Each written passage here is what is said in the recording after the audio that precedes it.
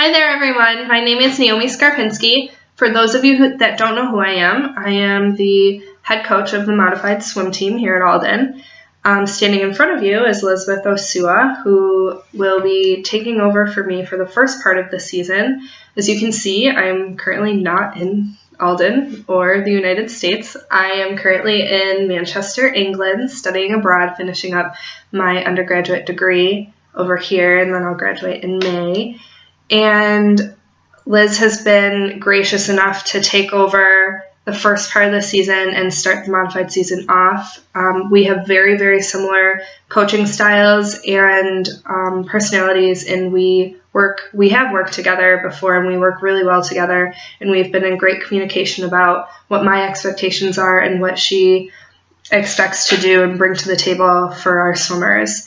With that said, practice did start last week, and practice is mandatory during the week, Monday through Friday from 3 to 5. So what happens is Liz goes over, and I will go over when I get there and meet the students at 2:30 when they get out, and then we walk together over to the high school, and we're expected to be in the water by 3 o'clock and out of the water at 5 o'clock. So I suggest giving them a couple minutes to get changed and dry it off. So I usually suggest 5:15 as a pickup time, but you know your swimmers better than I do at the moment, so you will decide that accordingly. But they will be getting out of the water at 5 o'clock. If you look at the calendar that was sent out, we did have team pictures last week, and the boys' swim meets are all indicated along with our swim meets that are indicated on the calendar. So when the boys have a home swim meet, we'll have a shortened practice, so take note of that. The students and swimmers are welcome to help out and stay and watch the meet if they want. They can sit in the bleachers, or if we need help at the table, they're more than welcome to stay and watch the meet, or they can be picked up at any time, whichever. The boys' swim meets generally go about 2 hours or so. So they usually warm-ups start at 4, meet starts at 5. It ends generally around 6:30, 7. It usually doesn't go any later than that, if it goes that late at all. You can see that this coming Saturday, there's the boys' relay meet.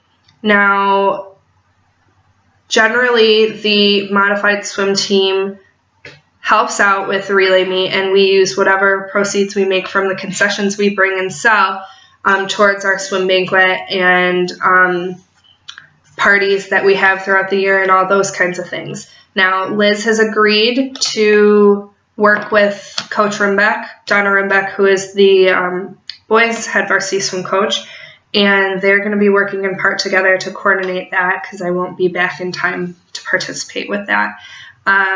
But it is fun, and it's a great opportunity, but we generally only take about 6 students, and I take preference to those that have not done it in the past so they can get some hours, and I also take preference to those who are participating or looking for hours in their National Junior Honor Society hours. And then if we exceed those students, then we'll go on to the rest of the students that may want to help or just watch. They're welcome to come and watch. Along with that, Saturday practices are optional. They are not mandatory for swimmers to come and practice. However, it is a great one-on-one opportunity, and we have more pool space, seeing that the boys' team will come in later that day. We overlap just a short while on Saturday mornings. Now, I did explain to the swimmers that when they watched my video during their meeting, I will not be accepting any new divers this season just due to the circumstances of me not being there, and it takes a lot of time and training, and the first part of the season is the time that we get the most time to work on that, and I won't be there. So I have made note that those swimmers and divers that participated on the dive team last year, I will allow them to continue on their Saturday practices, and those that have participated in the community education or any other kind of diving camp or classes are welcome to join the dive team as well. Now, with that in mind, I do only accept 2 girl divers and 2 boy divers. So I only can handle 4 and 2 on each side. Now, if the 2 girls that dove last year still want to continue with diving, then the girls' side is full, and I will look into those that are interested on the boys' side. And Liz will also look into that, obviously. Now, for the divers, Saturday practices are mandatory because that's the only day they will be diving and the days that the boys have away swim meets. So it's really, really important that they're there those days, and they are mandatory for them.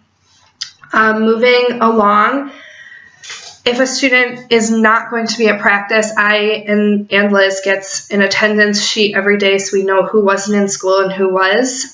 So we check that first, and then we expect either a note the day before if you know you're not going to be there, or the day after explaining your reasons. If it's a continuous thing, we will contact you, the parents, if we see that there's some issue that's arising.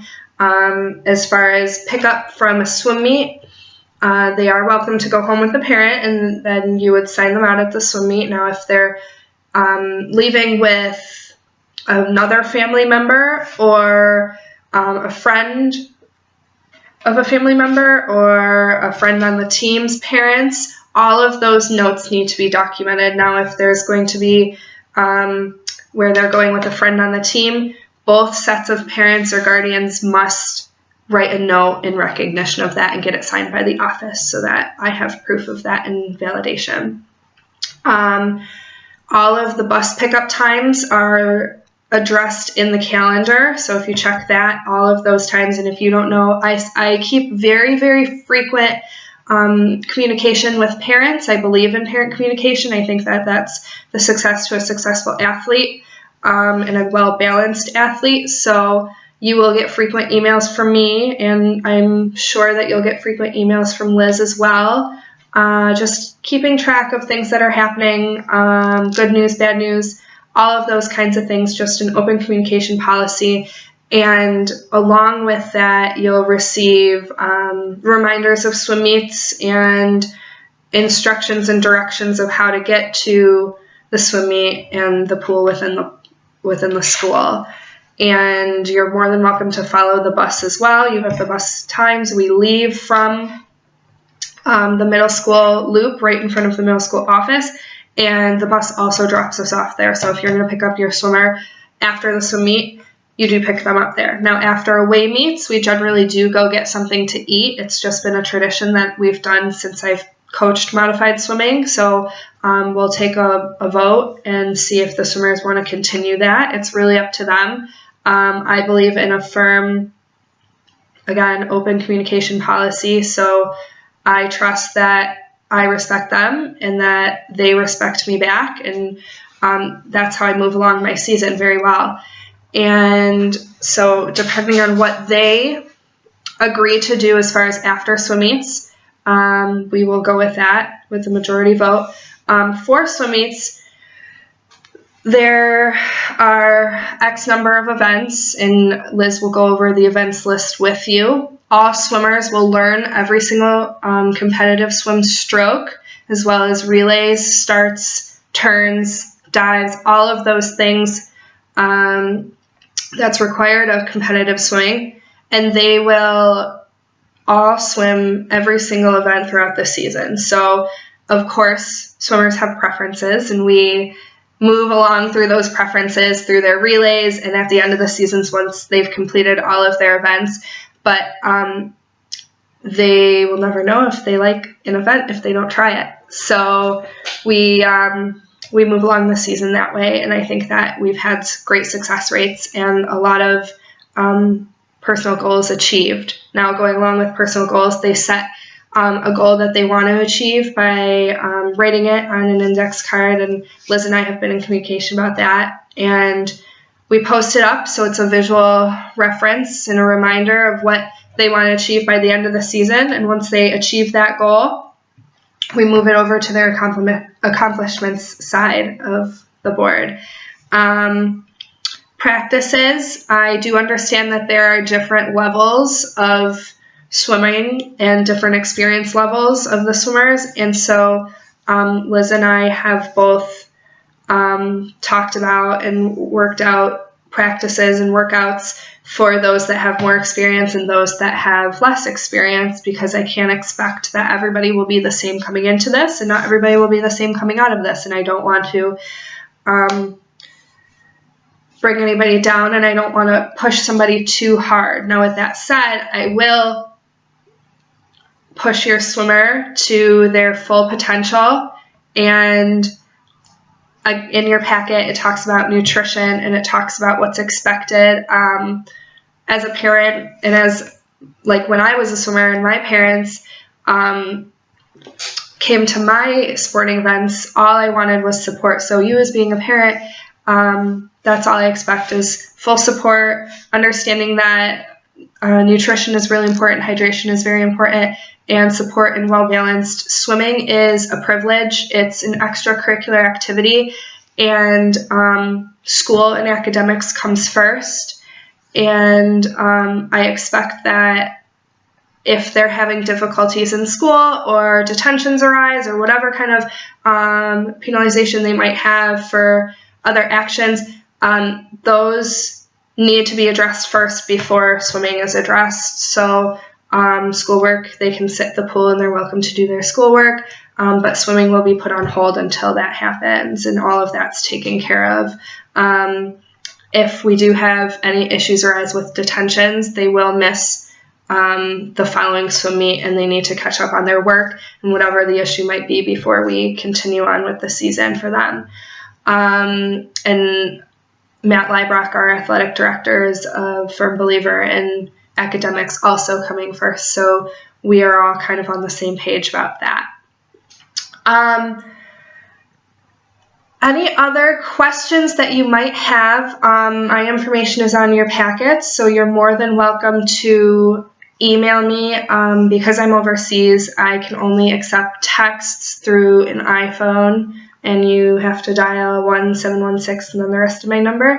But the easiest, fastest, and probably most accessible way to get a hold of me would be through email. So you have my email information, but Liz is very knowledgeable and knows, and we've been in communication, so if she can't answer the question, then it can be forwarded to me. But since Liz will be there, I suggest that you speak with her on any issues or concerns you might have. Swim meet suits information will be sent out very shortly if it hasn't been already, along with any questions about the calendar, and swim caps will be handed out just before the swim meet, and any other apparel and things like that will be taken care of in the next few weeks as well. Along with that, you can see that the other equipment requirements are the swim meets, which we just spoke about. Goggles are required. Swim caps are required. Boys that have short hair, I will allow to not wear swim caps. However, during the meet, I do want them wearing swim caps. Now, boys with long hair do have to wear swim caps in the pool. I apologize for that, and all girls must wear swim caps unless their hair is short enough where they don't require that. Along with that, you'll see that you need fins. Fins are required. You can't, those that ordered fins last year, you're welcome to use the same fins, prolonging that they fit. And then those that need swim fins can order them through swimoutlet.com, through Logs, through Dick's, through the Deep End, whichever it may be.